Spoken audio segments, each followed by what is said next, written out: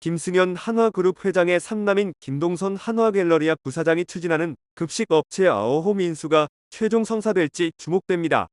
그러나 일각에서는 거래 종결의 불확실성이 커지고 있다는 지적이 나오고 있습니다.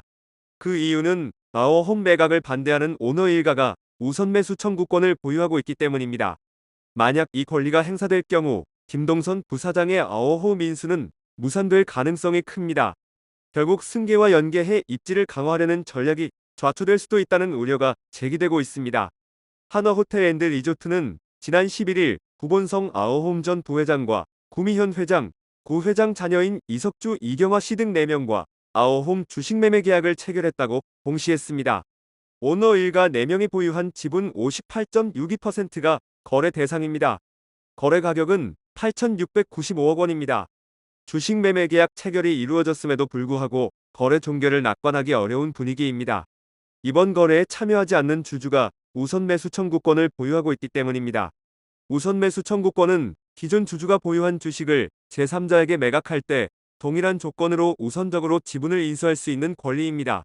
아워홈은 창업주인 고 구자학 회장의 차녀 구명진 씨와 삼녀인 구지은 전 부회장이 이 권리를 보유한 것으로 알려졌습니다. 즉 한화그룹이 인수하기 전에 구명진 씨와 구지은 전 부회장이 동일한 조건으로 지분을 매입할 수 있다는 의미입니다. 여기서부터 복잡하게 전개됩니다. 구명진 씨와 구지은 전 부회장이 보유한 지분의 합은 40.27%로 알려졌습니다.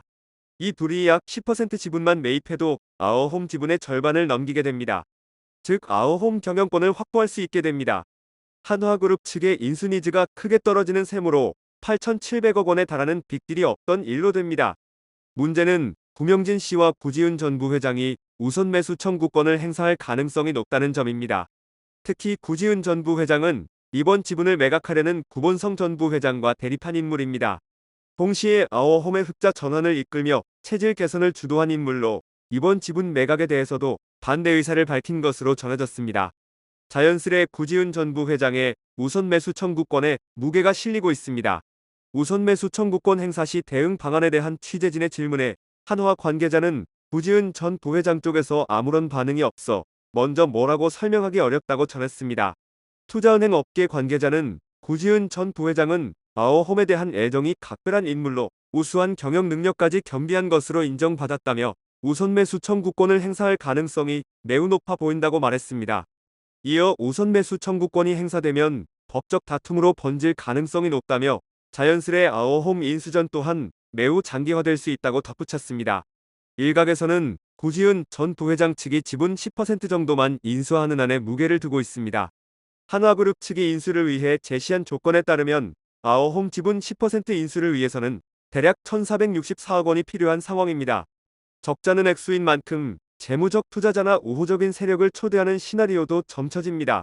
M&A 업계 관계자는 아워홈 M&A는 예전부터 시장에 나왔었고 실제 많은 전략적 투자자와 재무적 투자자들이 관심을 보였다며 구지은 전 부회장이라면 우호 세력 확보는 어렵지 않게 할 수 있을 것으로 내다본다고 밝혔습니다.